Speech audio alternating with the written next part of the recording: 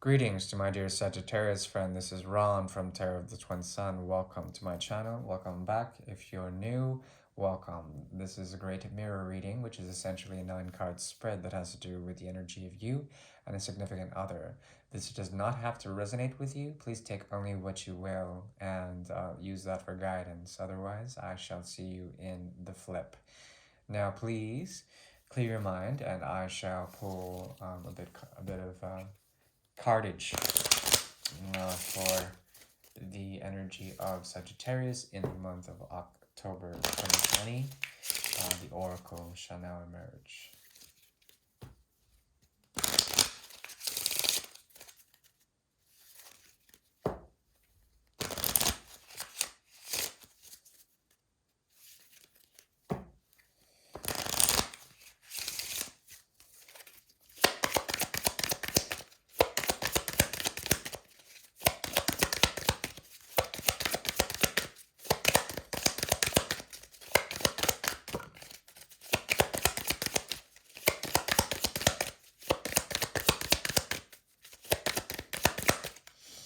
Okay.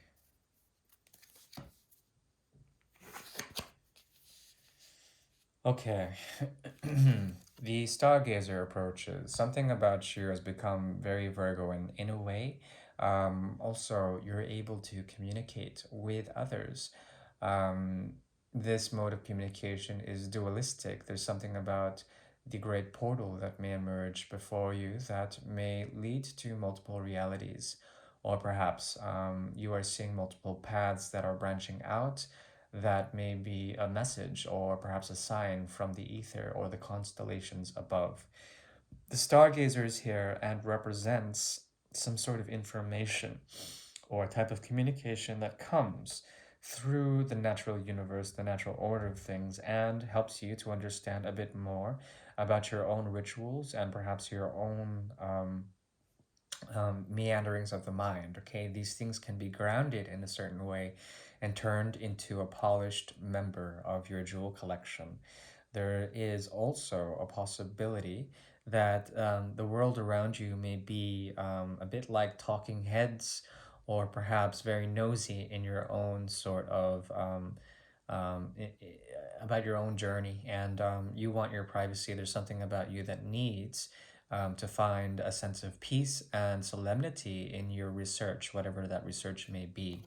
Okay, but this is a hidden energy as well, meaning that there are signs and there are meanings through semiosis as well as through osmosis of natural events or natural signs from the world around you, the immediate world around you, that you should devote yourself into finding out what these are. Okay, because of such, there is a sort of block in communication or a block in commerce of certain ideas, and you may be exploring, but or yeah, it feels like you're on a journey and you're exploring. You're trying to essentially navigate by searching for the stars, but then there may be storm clouds overhead. These, of course, are metaphoric as well as very wavy seas or just turbulent sort of conditions. Okay, this is all metaphorical. The advice is to follow your calling. There's something about what is being heralded in here, and you are being the harbinger for your own proper path, the one that has to do with exploration of the mind, exploration of what you're saying, exploration of commonality, of banality even. Some very, very mundane things around you are going to be very key indicators of what is going on, okay? Now, that is the energy of Sagittarius. We're going to continue for the month of October 2020, the energy of Sagittarius in the Great Mirror. The Great Mirror is designed to essentially show the energies between you and significant other.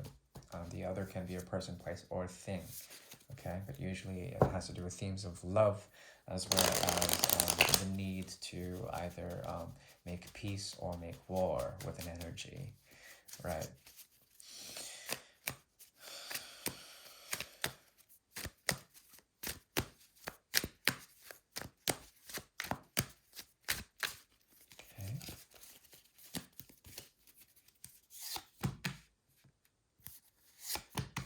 Okay. Oh, Interesting. Interesting, interesting.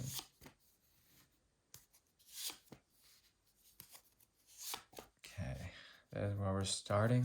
The crowning aspects as well, the undercurrents. Okay, so very interesting. This is a wacky story, and there certainly are key elements here that has to do with coming into power, as well as when someone comes into power. There is a feeling that things are shifting, and with the year of the rat occurring now, there certainly is something about it. It feels like a rat race or perhaps a labyrinth of sorts, okay? Because of such, there is a great deal or a great need for complicity, a great need for declaring what you are declaring, what you're trying to really sort of understand in this situation. This may be a karmic situation, especially on the soul connection here. There is a sense that you have departed to find peace. This could involve this person. This probably doesn't involve this person, but some sort of departure away from the energy and a relapse back into it. It's as if there is sort of reason that you've had to depart. Um, and there also is an eventual return. Each time you return, there is a questioning if the justice in the situation is proper. This is an old connection, an old flame, perhaps. Okay, that is somewhat turned corrosive in a way. The Ten of Cups is here in the reverse, indicating a corrosive quality to the chalices that hold, essentially, the cups. Okay, hold the water. And essentially, there's a rusted quality to it, meaning that the water can be tainted with metallic um, solvents or metallic sort of um, you know what I mean. So it's rusty essentially, and there's something about it that's aged in a certain way. But the Ten of Cups in reverse also points to a type of disconnect or perhaps an ending that has to do with a complete surrender of the connection itself. Okay, the emotions are strong here, and what is also basing this energy is a sense of whether or not this is something that has made you once both happy, that or whether or not this has been a very balanced equation. Who's given more love? Who's given more thought into the matter? There's something also about you that has departed in a way, perhaps before they have. Um, Now, the underscoring on their end is the Homme de Robe, the King of Swords, and this speaks of truth finding, truth bringing. There's something about them that is dealing with the outer world, and as an experience, they're becoming more wiser, wiser as opposed to more wiser, just wiser in general. Here on your end, we have the High Priestess in the reverse, and meaning that there's something about her that is heavily devoted in a certain way. There's a lot of Virgo energy here, as well as Scorpio, and as well as Pisces. So with the sixth house as well as the eighth house and the 12th house activated, there's something about the devotion and the end of devotion, as well as the immateriality of certain things. There's something very spiritual here with you and this person. And perhaps you are sharing this with your external world. You're sharing this with others or friends or relatives, or you're trying to understand this connection through others outside, okay? And both of you are doing this in a way. There's a developmental process that has to do with truth as well as the light being brought onto the situation, okay? Very intense on the soul level between both of you. There's some form of an apology or some sort of owing here that is occurring. They want to essentially play the role of the Garçon Blonde or the Page of Cups, which is an offer, but as you can see, the offer is veiled in some sort of Neptunian tunic here. So it's getting in the way of things. There's something very delusional about it, like a romance that is hopelessly corrupt in a way, or corroded.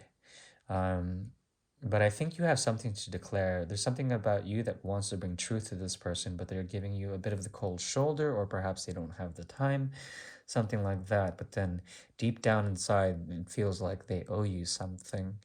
On the crown, we have, excuse me, excuse me, we have indecision here, the Seven of Rods in the reverse. Having the Seven of Rods in reverse is not so good, considering it's the fifth house.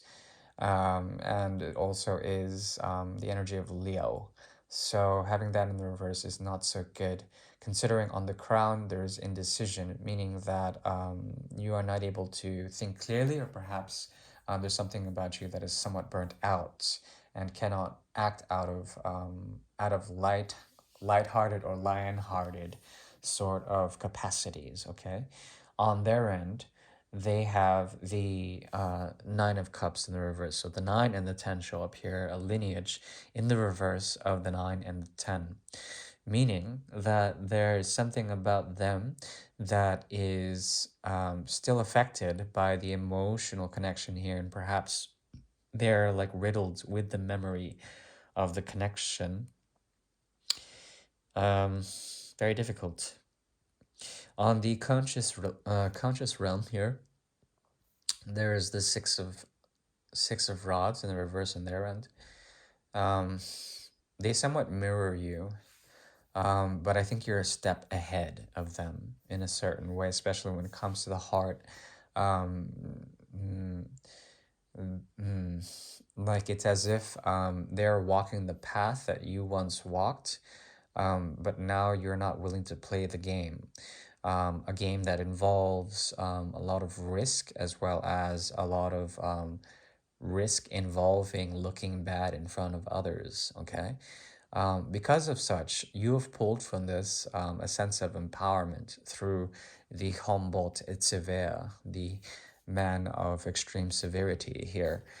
This is your card. Sagittarius is here, as well as Jupiter is here.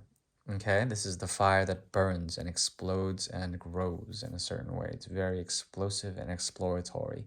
That's what fire does. It explores what it can until everything is decimated. And from that, potentially things rise from the ashes. There's a great deal of severity here, criticism over this person's actions, and perhaps you're seeing them from a distance and are not pleased with what they have done, or what they have tried to do in terms of what they're placing their attention on, which is extremely egoistic, very much based on superficiality, or perhaps the appearance of pageantry, the appearance of righteousness. But then you're not seeing that as that. But that's the funny thing, is because that you feel like you've been there before, that you've been in their shoes before.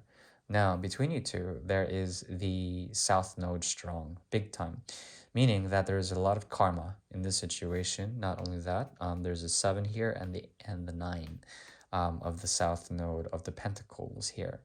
Okay, meaning that the mind is wrought with emotional sort of understanding. Emotional intelligence is rising here, and there's a great deal of individuality, as well as emotionality, that helps become the vehicle of some sort of purity through individualistic drive or individualistic purpose. There's a lot of individualism here, because of such heavy weight from the South Node. South Node always has to do with karma and the past state of affairs, okay? Also past lives, okay? Perhaps in the individual sort of separation between you two, um, there's a great deal of understanding of what has occurred materially between you two in not only this lifetime, but many lifetimes. And this has to do also with the energy of Cancer. Okay, so there could be some sort of mother like nurture energy here that is very deeply entwined and fixated on essentially what is owed or what has been done, and mama always trying, sort of thing, which sounds very esoteric, The energy of Cancer is also the emotional body, the first gateway into revolution, but placed in the South Node. It can be one based on either codependence or interdependence, one or the other, you choose. Now, here, what is trying to be manifested between you two is the Three of Pentacles in reverse. As well, the Five of Pentacles is being negotiated, okay? The difference is the Two of Pentacles. There's a need for balance and reciprocity. Something needs to occur, but it's not. The devotional aspect here is not occurring. It feels like there's no grand plan or there's no sort of support from the universe within this connection, which is making it very difficult on the love life. But when it comes to drive, that is also in question with the Five of Pentacles on the horizon here. There feels like there's order or disorder or disarray and a need to find some sort of like understanding of the plight of the human condition here. Because of such, this person wants to be critical. They also want to put up their barriers on your end. You want to essentially have a sense of not working hard on this connection anymore, an emotional sort of breakthrough or emotional intelligent breakthrough, so that you can distance yourself from emotions and let them sort of energize you in a certain way, just by knowing that they are not yours, or they're not from you. You know, they're just an emotional sort of energetic impulse that is generated within you. Therefore, there's something about it where it's like letting go of someone who you once nurtured very much, and now there's a period where you don't want to work hard on that nurturing anymore, and that's where you're standing on. Because of such, there's severity, there's a need to find if there is justice if you revisit this situation. There's a need for an apology that will never come, it seems like. Someone is very much affected by what is ended, and they're trying to make barriers so that they can move forward. But because of such, they're not listening to they're very much intoxicated within themselves, okay? And they can give you a very cold sort of demeanor. I think there's a part of you that wants to communicate, but it's more on a spiritual level, so be careful of your thoughts as well as anything else that has to do with the expansion of thoughts and trying to understand, especially through letting go and not working so hard on the connection, the very karmic impulses that come from not only this life but a past life, as well as this life's past. You know, anything that's occurred between you two has essentially led to a feeling of disarray, disorder, as well as a period of non-growth. There's something about both of you also that is very much concerned with the number 8, and it being sort of a cycle, a double cycle, or perhaps there's like something about you meeting at one point and that was just for that one point, and then the rest of it is like is the rest of a path that diverges from each other, you know, that total, but then it comes back again. There's something about this, it has to do with a cycle or a karmic cycle that is very deeply entrenched, okay? Give it time. That is what I'm recommending. If you give it time, there is a possibility for the light to be shown, and for this light to shine upon that which is the cause of fear and distress. Okay, these are thoughts and impulses within the brain, and you can serve as a type of light bringer for them, some sort of truth bringer, because they're not doing it for you. But it is a possibility that you can do it for them if you are evolved enough, okay? Hopefully that helps. Please take what you will. A very deep reading for my dear Sagittarius. There's no need for clarification. If you would like a private reading, I will be around, or if you would like to donate, I will also be around. So please take care now, and I shall see you in the near future. Bye-bye.